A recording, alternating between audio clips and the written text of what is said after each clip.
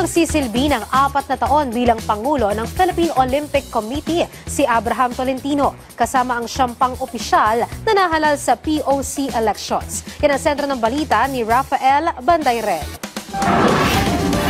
Mananatiling Pangulo ng Philippine Olympic Committee si Tagaytay City Mayor Abraham Bambol Tolentino. Landslide ang panalo ng incumbent president matapos makatanggap ng 45 mga boto kontra sa 15 ni Joaquin Chito Loizaga ng baseball. Plano umano ni Tolentino na ipagpatuloy ang suporta sa mga national sports associations ng bansa upang tulungan ang mga itong mamayagpag sa mga international competition. What we've started, of course, united, transparent, yung platform namin to sustain more for the athletes.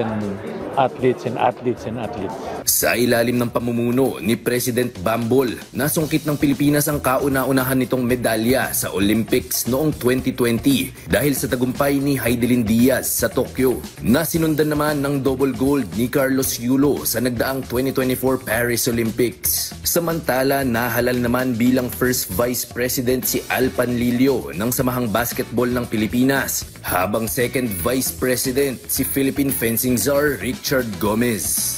To my colleagues dito sa POC for re-electing me as second vice president.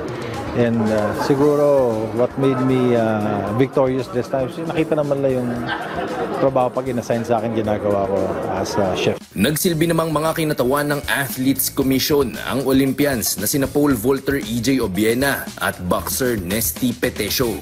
Hindi lang ako. So decision po namin ng Athletes Commission yon, and yun.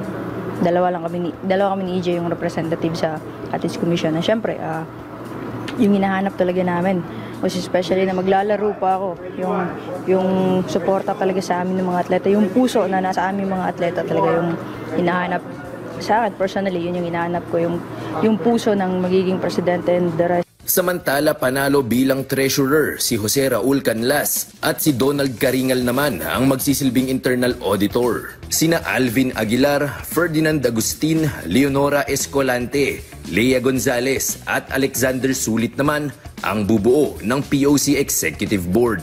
Rafael Bandayrel para sa Pambansang TV sa Bagong Pilipinas.